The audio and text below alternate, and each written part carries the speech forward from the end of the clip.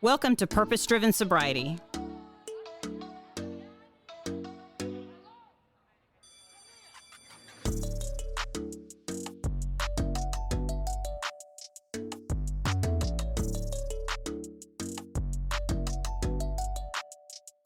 Thank you for joining the Purpose-Driven Sobriety. I'm Kristine. I'm an alcoholic. I'm going to have a great conversation with a gentleman by the name of Trey today. But first, I want to thank my sponsor. There is an AA recovery group that is on Facebook that if you want to be a part of a great community, look that group up and join in. There is some great sobriety and wonderful recovery there. So, without further ado, let's talk with Mr. Trey. Trey, how are you today? I'm doing very well. And yourself? I'm doing well, thank you. Thank you for agreeing to come on the show. We had a little brief conversation last week to get you booked, and so what I try to do is it's like, okay, I don't want to hear your story before you tell me your story. That way I learn it at the same time that the audience does. So on the show, what we try to do, and again, I almost hate calling it a show because it's such a serious subject matter, that. We just basically talk about our experience, strength, and hope. We talk about where we were, what happened, and what we're like now, what it was like. So I'm interested to hear your story. I'm going to give you the floor and tell me what it was like. Okay. Well, again, my name is Trey, and I'm an alcoholic. Hey, Trey. I will be sober 3 years this May 15th. That's amazing. Congratulations. Thank you. It hadn't been easy. I'm just your typical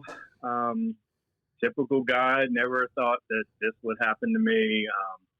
Thought I was in control of pretty much everything. Classic denial as the drinking progressed, but surrounded myself around a ton of enablers. And not blaming anybody, blame myself 100%. But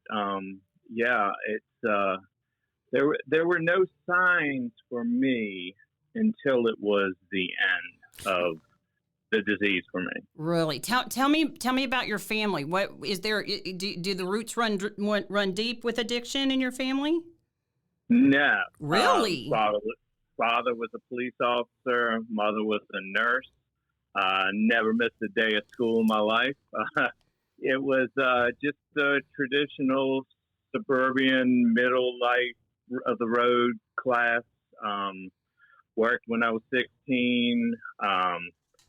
High school. I did get into golf early on when I was young, and that was kind of my passion through life.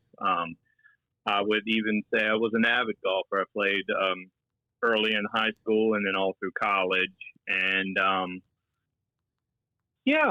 I got married, settled down, had children. And then, life started happening. But, again, I started drinking when I was young because it was fun and it was the thing to do. I could drink. I could not drink. I could drink. I could not drink. I could just do the... I guess it's normal, but it's not normal. Sure. Teenage stuff.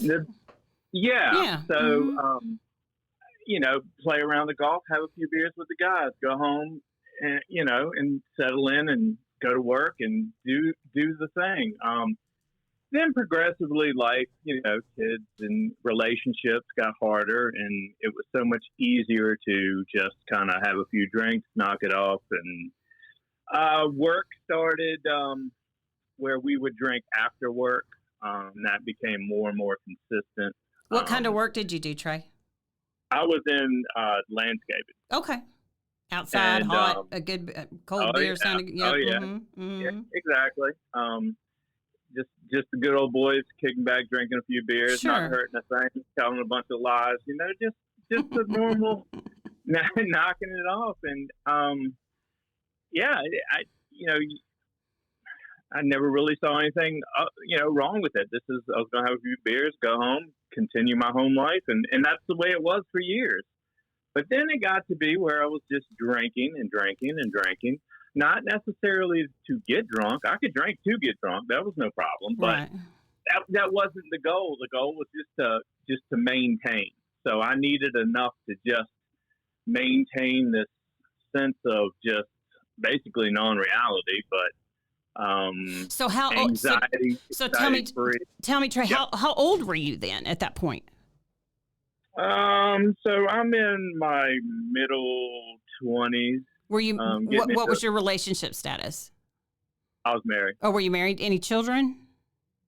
Yes, first child. Okay. When I was 26. Okay, so you were drinking daily? Not daily, but it was progressively getting more and more. Gotcha. Go ahead.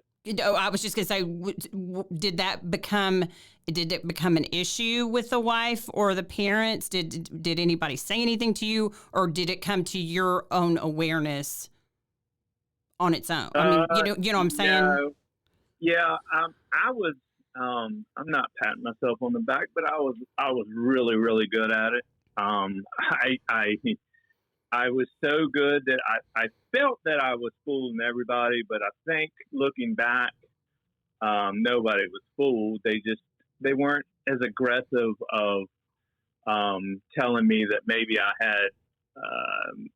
just drank too much. Right. Maybe they didn't want to, shake the tree, because at that time I wasn't drinking and driving. I wasn't staying out all night partying. I was doing the day to day, getting my stuff done, and I felt that was enough. But you were functioning I hate that word.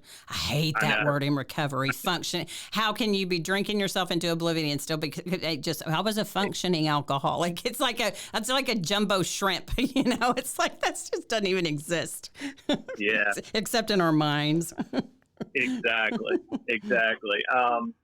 So, we're progressing along. Marriage is good. It had the typical marriage financial, in-laws, just things. But yet, the wife at the time was drinking right along with me. So it wasn't that I was drinking. When I came home, she would have a few drinks. I would have a few drinks more. So I would have a few at work and then a few more at home. Mm. And then, as the years progressed, again, very boring life. Nothing really stood out except lovely children. Had a really good relationship with the wife at the time. And then just the drinking got worse. I would drink more on the weekend. I would drink a lot when I was playing golf with the guys. Playing golf really well, mind you, but still drinking a lot. Mm-hmm. And then it just got to be it was one of these things. I can quit anytime I want to watch this. So I'll quit for a couple of days and I'll be like, see, I can do this. No problem. Mm-hmm. And then right back at it. So every time I quit, and it really didn't hit me until I stopped, but every time I quit, it seemed to be that I would do more, or it would take more to get back to the level that I wanted to get to. How long would you quit for when you're talking about this? I mean, are you talking days? You're talking weeks? What are you talking? Yeah, it depended on as the situation how and hot the heat was in my relationship. It would be depends on how mad you are at me. Absolutely, I get you. So, a couple of weeks, I quit for a month or so, and then I would go right back at it, and then I would try. I would tell myself, "You're only drinking beer. Everybody else is drinking liquor, man. Mm-hmm. Come on, you got this. You got this." And then I would say, "You know what? I'm only going to have wine at dinner. Love a glass of wine. It's wonderful. Mm-hmm. I taste it right now, which is just wonderful. But I would drink that like I would drink beer, and it would get me in trouble. That would get me in trouble. So I knew the signs, I knew the warning signs, but yet I'd go to the doctor, and he was like, "Good bill of health, partner. Keep on trucking." I was like, "You got that right." And of course, how much do you drink? Oh, I have a beer or two here and there. Right. We never reveal, right? We That's drink right. it. You can't do that. Just like everybody else.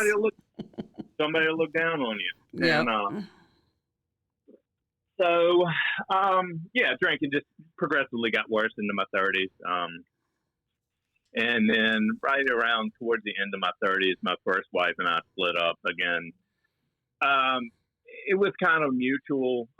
It was kind of just, again, financial. I'm sure drinking did not help or hurt, but it was never, this is what is causing our relationship to crumble. Right. You still had the one child?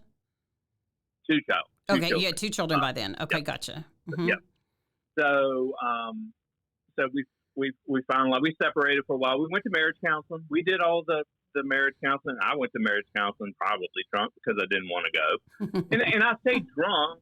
I had just had that situation where it was just it wasn't going to work out, but we tried. And you've got two kids at that point. High school sweetheart. High school sweetheart. Mm-hmm. She, we went to college almost right down the road from each other, and it was the classic story, and it didn't work out. But it didn't work out. But today we were best of friends, and we raised our children separate. But it was okay. Right. So she remarried, I remarried, but at that time when I was going through the divorce, I got a new job. Things were looking better financially, and I was around younger kids who like to go out and party, and you know what? So did I. Oh, goodness. So that really amped up my drinking into something that was, I'm around kids that are, I call them kids, they're 30 years old, but I'm 40. So mm-hmm. I'm hanging around a different crowd, a different decade, and it's different in the bar scene. So I guess my drinking just really got out of hand from there. And now, what was the situation with that second wife? Did she drink, or was she concerned, or what was her status during that time? She was definitely a drinker, an enabler. We had a great time. Everything was good. Her parents were a little bit more financially stable, and they drank I call them professional drinkers, because they knew exactly what they would have. They would have champagne right before dinner. They would have white wine kind of hanging around, red wine with dinner, and then mixed drinks just kind of in the sitting room after. So, goodness. Yeah, and that was kind of like that was every time we went over their affair. Wow. Yeah. So I kind of stepped back from that a little bit and was like, I can't keep up with you guys. And so I would just drink beer here and there and maybe have a cocktail or a glass of wine at dinner, but still I was drinking. Mm-hmm. And our relationship, I thought we were doing, pretty good. And we had a child together. And lo and behold, her career was booming. She was going forward. I was doing very well where I was at. But internally, I don't think she was happy. The reason I know that is we're not together anymore. Right. And I think drinking had a lot to do with it. Even though she drank, I probably drank worse, and I probably was not as nice to her. But there's a caveat in my story that I'll get to in a minute that probably really just kind of threw her over the edge. Mm. Let's go. We're at 2020 January. In December I had left my job that had been there for 8 years. Was doing very well, and I started my own business. So I started my own business at the beginning of COVID, unbeknownst to everybody. Oh no! And it was going fantastic. I owned my own chemical lawn care operating business, and I was just knocking it out of the park. And I wasn't just quite feeling well. And I went to the doctor, and we did a physical, and he said, nothing really stands out to me. But, just keep with this, lose some weight, stop drinking, blah, blah, blah, blah. So the months go forward, and I just I'm not feeling it. I'm sluggish. I'm just, I'm not doing it. So I went back to him in May and took another physical and another panel of blood work. And he personally called me back the next day and said, That's never a good sign.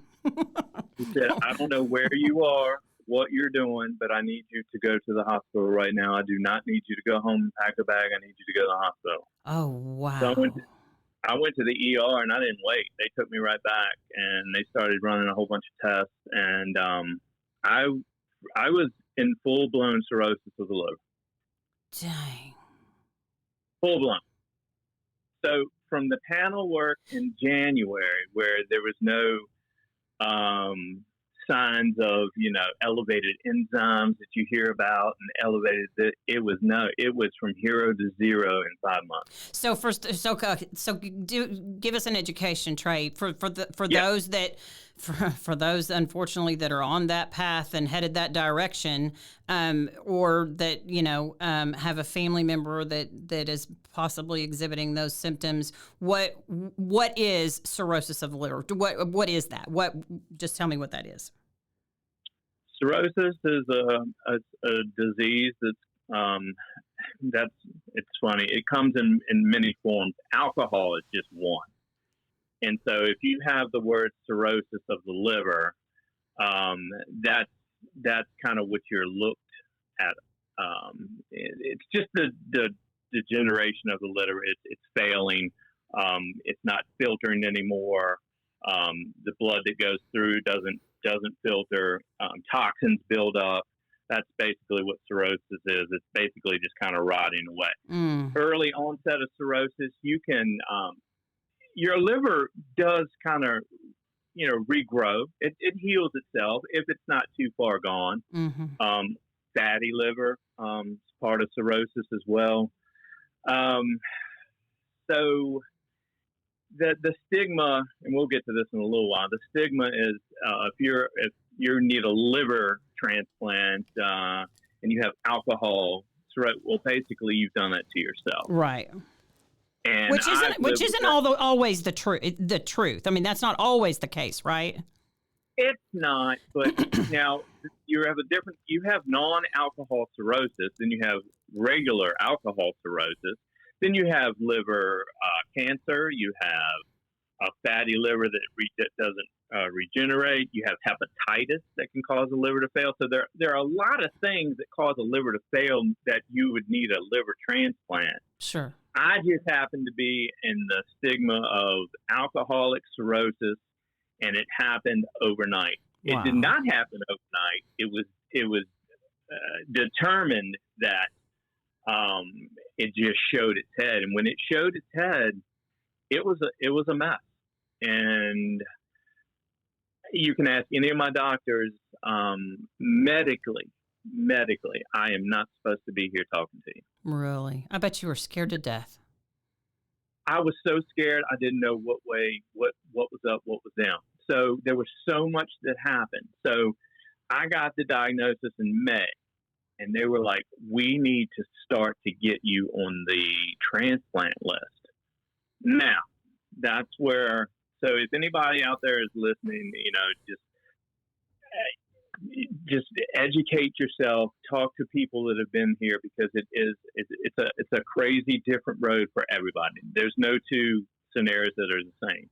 I live in the state of Virginia. In the state of Virginia, in order to be on the transplant list, to even join the UNOS, where they start even acknowledging looking at you, 6 months waiting period. And you have to be clean for 6 months. And I'm telling you, they test you like you wouldn't believe. And yeah, so we're here in May, and that's kind of my May 15th kind of start day. It's my last day I had a drink, but it's kind of my 6 month trial period of this, what's going on. Mm-hmm. So months of progressing, I'm getting sicker. Months of progressing, I'm getting sicker. And I remember a bit here and there, but again, we're in the middle of COVID. Oh my gosh! We're in the dead middle of COVID, and a lot of my clinic stuff was Zoom, face to face. And I was like, don't you really need to see me? Because I'm really sick. And they're like, yeah, you're yellow and this. And I was all the jaundice, all the symptoms and signs are going on with this liver failing is what's happening to me. So I'm going through, just the summer of just, it's the middle of summer.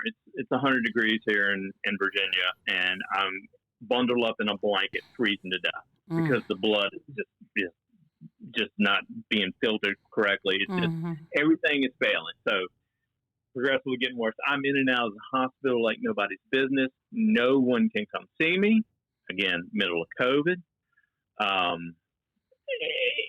And God help you. Oh my gosh, gosh help you if you got COVID during that time.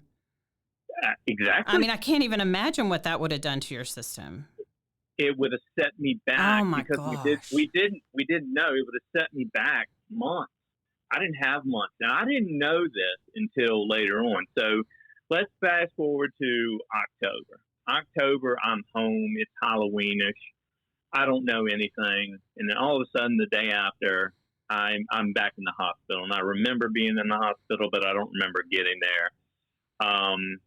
I remember waking up, and I was septic.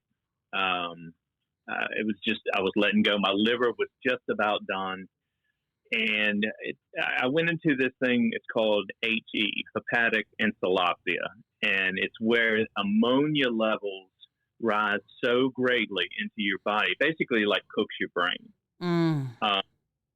So without your liver functioning, you're not filtering any of the ammonia or any of the other toxins for that being. So you have to take this special medicine, and the only way you can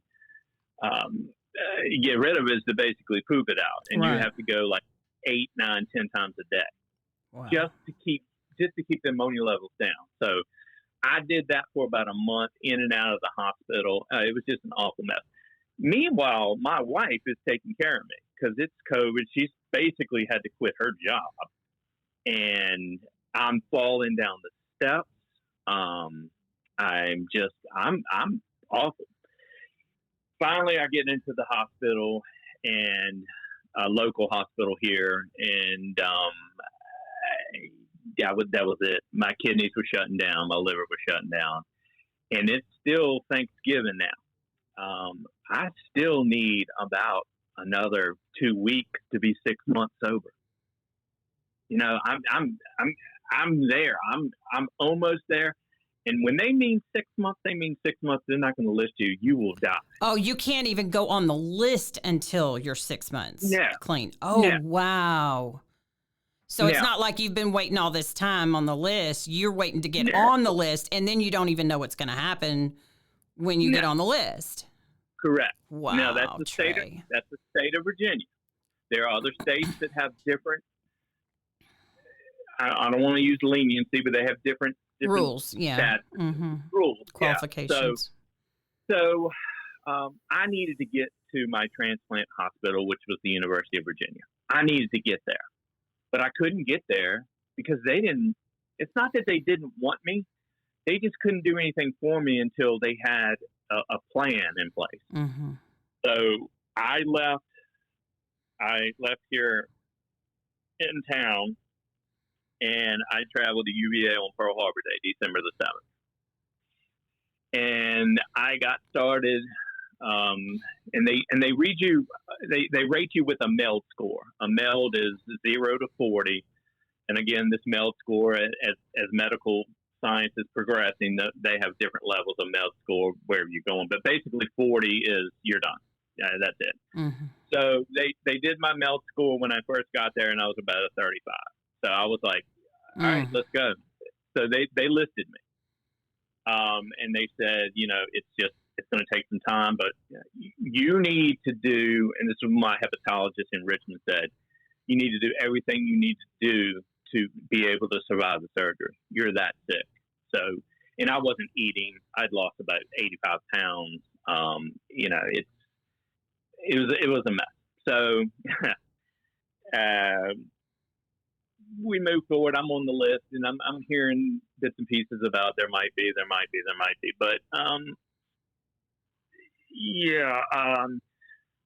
the 12th of December at 10:30 at night, the doctor came in and said, "How you doing?" I said, "Well, could be better, I guess." He said, "Yeah." He says, "You need a liver in the next 48 hours."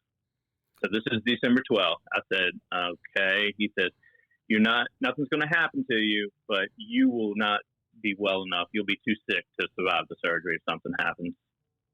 So basically, said in 48 hours, we're taking you off the list. And he says, you probably will not make Christmas. And I was like, I have kind of like a short sense of humor. And it's been so much that I looked at him dead in the face. And I said, man, that sucks for you. He says, do what? I said, yeah, it sucks for you. I guess you drew the short straw to come in here and tell me this crappy news. And he says, oh my God, dude. He says, I love your attitude. So here's some of my drive of the story. I'm sorry, I'm kind of let's pause for just a second. Tell me right quick, where was your faith at that point in time? Did you have any faith at that point in time? You're getting ready to get right on it. Absolutely. Okay. I grew up in the church. I was the cross bearer. I was an acolyte. I sang in the choir. I wasn't as strong as I could have been. Children were, baptized and confirmed in the church. I mean, I had a pretty strong faith. Mm-hmm. So I'll lead right into it. That night, he had just left. It was about 10:30, and he says, we're going to call in the morning. Again, the only person that could come in this entire time was my wife.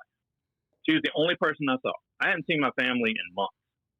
And they were going to call him in the next day. So I mean, we're at the end. This is D-Day. So I went to sleep, and I was like, okay, let's go. Let's just come on. And I went to sleep, and the only thing I remember was walking this wonderful path of garden and light and Pandora-esque. I can't describe how beautiful the colors were. I haven't seen this vivid color in years. I haven't smelt in years. And I'm walking forward. And I'm not alone, but I don't see any presence, specific presence. But I knew I was not alone. Mm-hmm. And I'm walking, and I don't know where I'm going, but again, I know what's ahead of me, and it is just awesome. It is awesome. And I keep going, and in my mind, it's like, just don't turn around. Whatever you do, do not turn around. And I was like, okay, yeah, just keep going. So I'm walking. Feels like, years I'm walking. And I stop. And I kind of shrug my shoulders, and I'm still just in awe of everything. And I stop, and I look back over my shoulder. When I look back over my shoulder, I woke up. The nurse is on my bed shaking me. Wake up. Wake up. They found a liver. Oh, my goodness. Accept it. You have to accept it now. I was like, I don't know what's going on. I was somewhere else. And so I was like, yeah, absolutely. Absolutely. My wife at the time was on the phone. She's like, they've got one. They've got one. And I was like, okay. So they started the process. But thinking back on it, it was just, you know what? If that's what happens to us when we leave here, I'm okay. Bring it. Yep. Mm-hmm. Let's go. So would you say that was like so did you just, at that point, you just surrendered? Absolutely. To whatever, at that point, it's like you had done everything humanly possible to get your body, right again. And when it just doesn't work, it just doesn't. That's when you when you surrender. I mean, and I had given in moving forward.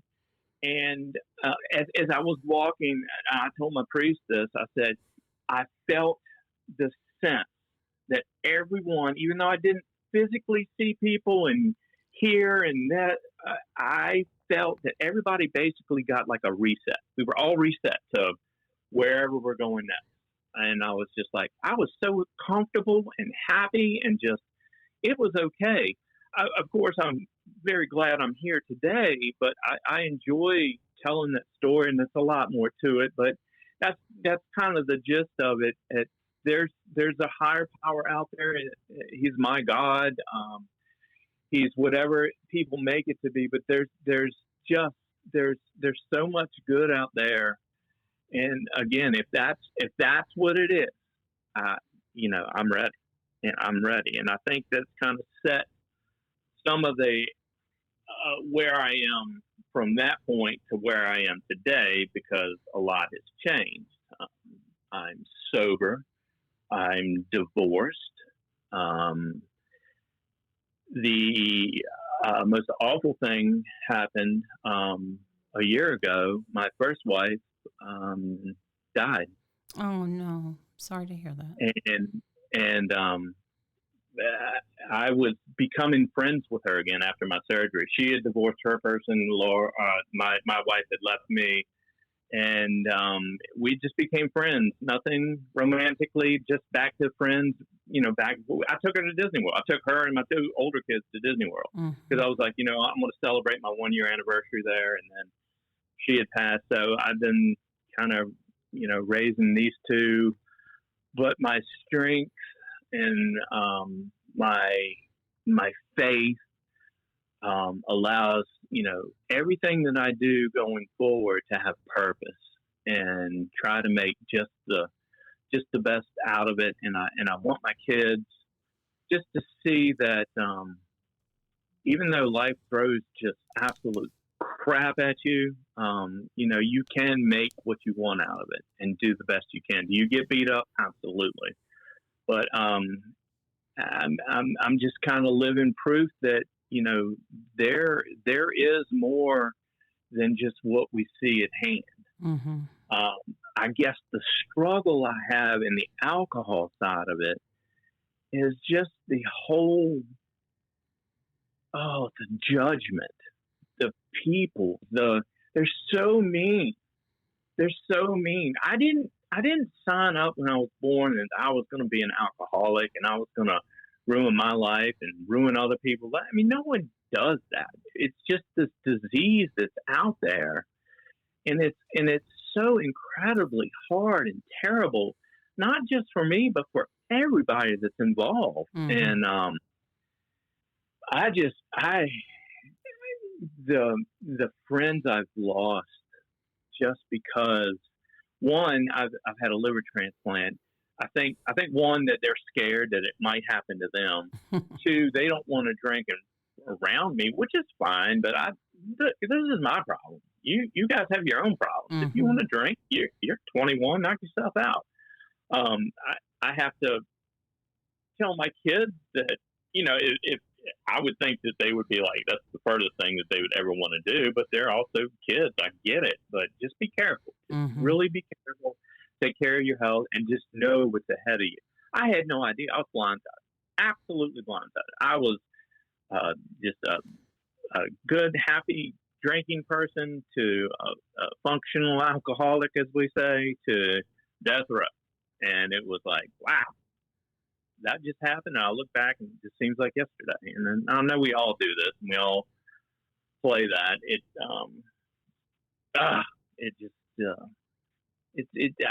That's the frustration part to me, is just I have told my story. I've lived it, and I don't need an attaboy, I'm so proud of you. I just need other people to just stop being so mean. Mm-hmm. I don't know. So do you work a program? A recovery program. Okay. Yeah. I mean, and that was the only reason that prompted this show is I am sick and tired of people feeling shame with this disease.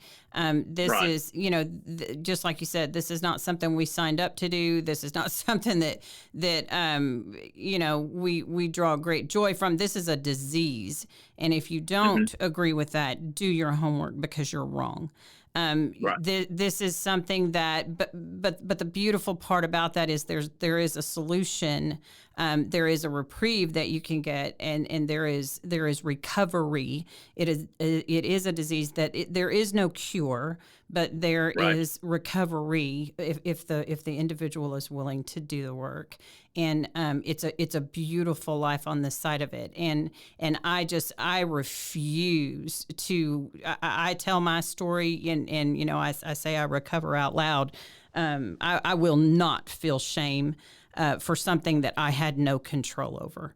You know, and I have responsibility now, right? Because if I don't do the work, I'm right back to where I was, burning my life down and everybody that loves me.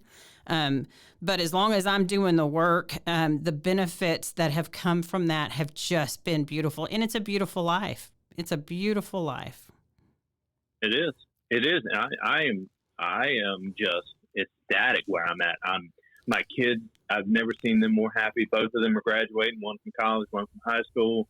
The youngest one is knocking it out of the park. I mean, things outside of me, I've just come off the disability, so I'm looking for a job. That's tough, but I'm happy to be doing all the positive things. But yet the frustration comes is, oh, you had cirrhosis of the liver, alcohol cirrhosis, and they gave you a liver and not somebody that has hepatitis. I was like, man, that's not how it works. Yeah, that's not how it works. Yeah, well, here's the deal, Trey. You have a choice whether you sit and listen to that kind of garbage. I don't. You know, but I really don't pay attention to it. I don't want my kids and my other friends to get wind of somebody who was an acquaintance of mine that's blabbering off this garbage. And it's just, that's the frustrating part of it is let people recover and be happy for them that they're moving in the right direction. Don't be angry because maybe some of your life is messed up and you're taking it out on somebody else. Well, and that's just it. I think you know, we have to. Doggone, I mean, we have to give the grace. You know, we have to give grace because people don't know what they don't know. They you know, there is, and that's where I think it's so important that we continue to talk about it and we continue to bring it out into the light and continue to attempt to remove the shame. You know, that and just allow people to be where they are and who they are. And yeah, I mean, it's just it's a terrible disease, but there's a solution. And, you know, so tell me what is your life like now? I mean, what are you on medication, or tell me, what is it like to have a transplant? I mean, is that a lifelong thing, or what? I'm ignorant to that. No. It's a statistical thing. It's a thing of each individual person's journey is different. That's the way it is in life. But mine just happens to be that my liver was so damaged that I needed a complete liver transplant, and I got one by the grace of God, as we know. Something I struggle with internally, and I don't mind sharing. I don't know my donor. I would love to meet my donor's family. But I do know that my donor was a pediatric patient, which means, Now, my son is considered a pediatric, but he's like 6'1", 220. So right. I get the but it's still a child, right? And a young person. And the doctors were telling me that they don't really want me riding roller coasters, at least for the first 5 years, because they had to specifically hang my liver in the cavity because it was a little bit smaller, which leads me to believe. Anyway, so that's I live with survivor's guilt. So you asked me where I'm at today. I live with survivor's guilt, and I accomplish my day to day moving through therapy, of course, and through my sponsor and my friends in my classes and my groups, my peers. And I'm on the up now. Back to the transplant. Yes, the medicine I take is for life. I have to take drugs that compromise my immunity because it's a new thing in my body, and my body is like, excuse me, what are you? Get out of here. So I take drugs that keep it from attacking it. So yeah, the common cold could take me out. A scratch on my hand that I don't know about could get infected. It can take me out in a second because I don't have those natural immunities in my body anymore. And that's not just me. That's all transplant people. As you progress and you grow and you go through it, you can step down on the amount of immunosuppressants that you take. I haven't been at that level yet because my liver loves exactly where it's at. So my liver doctors are like, you know what? We're going to leave things alone because they've moved it around and I went into rejection. So they immediately were like, okay, wait a minute. We can't do this just yet. The downside of it is some of the side effects. My teeth are falling out. My kidneys are pretty bad. That's probably next on my list, possibly looking at a kidney transplant. But they're at a point where they're not great, but they're not terrible. So let's stay right there. So lots of water drinking, lots of exercise, lots of things to think about, and as you're thinking, you all go back to, why did I drink? Why did I do this? Why did I do this to myself? Now, again, hindsight, would I have done this knowing? I don't know, probably. I think my addictive personality allowed me to do just about anything that I wanted to do because I craved it, Well, and luckily that's what a program of recovery does. It allows you to work through those things. And I want to talk to you though about something you said that has stuck out to me that I'm not going to use the term bothered me, but I want to talk to you about survivor's guilt. What I want you to know is that even myself, I just got 11 years. There are times, and I'm going to tell you that I'm sitting here with my cell phone in my hand, and I have a sponsee that's suicidal right this minute. That her family is texting me, and I'll head there as soon as I'm done talking to you. But the fact of the matter is this disease kills people. It kills people in car wrecks. It kills people when they act out and then they fall down a flight of stairs and break down. It kills people through cirrhosis of the liver. It kills people daily. So it's one of those things that all of us that are sober, all of us that are living a recovering is what I choose. I don't choose to put a D on the end of it, recovered, because I want to be recovering until the day I die, because I'm constantly learning new things. But that survivor's guilt, it says in some literature that we read that nothing happens in God's world by accident. Nothing. Right. That nurse on top of you going, you have a liver, you got to get it. It's coming your way. That was not by accident. That wasn't luck. That was God's choice to keep you on this earth for a little while longer. Who knows? Your kidneys may fail. You may be hit by a Mack truck tomorrow. We don't know that. So that puts us right back to living one day at a time.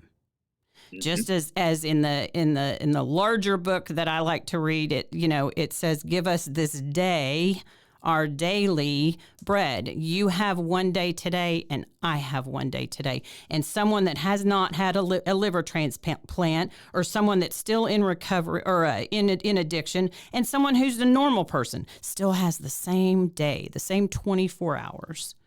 So that survivor's guilt, I hope that you can work through that and be able to put that behind you to where that gratitude is just beaming. And I ain't your mama, but I'm so proud of you for being willing to tell your story, because again, you just never know how God's going to use you to reach that other person. that is on the cusp of about to make that turn, that's going to hear your story, that's going to change the trajectory of their health and thus their life with their family. You just never know. So that's why we have to keep talking. We have to keep being truthful and honest and vulnerable without shame, with this addiction, and the talk about it. It's just, we can't stop talking about it. You're right, and you hit the nail on the head that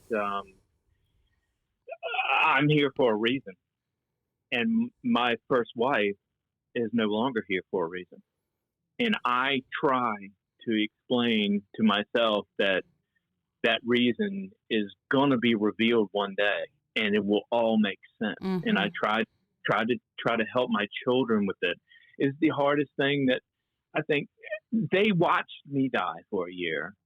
Then they lose better. Their mama. Mm. And then their mom is gone. Wow. And now it's like, I don't know what to do with them. And I'm like, I'm doing the best I can. We're a year or so down, and that wound is still open. It's still hot and fresh, but we're making progress. We are moving forward. And the kids, man, there was a zillion. Freaking, I put them against anybody.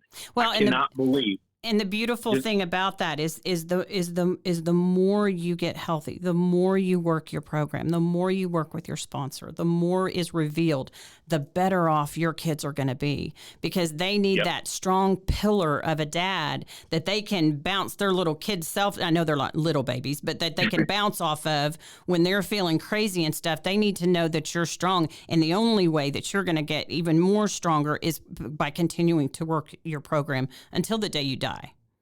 And they benefit from that. It's gorgeous the way it works. I've got 5 kids. My oldest is currently 35 years old, and my youngest is 25.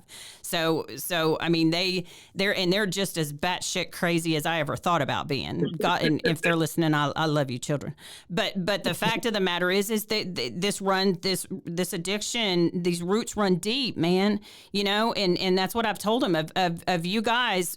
1 or 2 of you's doomed. So you just like I'm sure you're telling your kids, you better be careful. Is it worth it? But even past that, working a program of recovery is more than just not drinking, right? Drinking was our solution, right? Sure. You take the solution away and Katie bar the door. Someone's going down. I mean, I can't imagine taking my solution away and then not replacing it with some type of way of living with myself without wanting to kill myself, and what's so amazingly beautiful is when you work that program, the kids see how you're now handling situations which used to baffle you. They see that there's something's doing for you what you couldn't do for yourself. I mean, it's beautiful how they notice those things without you, pointing them out to them. Hey, I'm making these good decisions. I mean, it's just amazing how it works. It is, and it goes back to what I said. I'm not trying to be negative Nancy, but they get the distractions of the negative side of it too. And I'm like, look, and I guess what really burns me is its own family. I'm like, stop! We're trying as a team to take one step forward. I know we've had a big blow, but I'm the most positive person in the world. I'm, moving it forward. I'm moving the needle. I've been using that ever since transplant. You know what? Today I'm moving the needle just a little bit further. I'm going to push forward.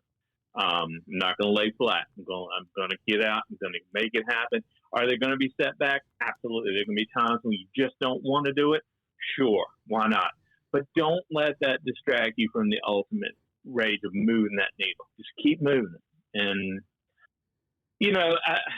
I lead by example, and I led by a terrible example, but hopefully, some of the good that I've been doing will pay off and shine in the end. Oh, you know what? It's not maybe.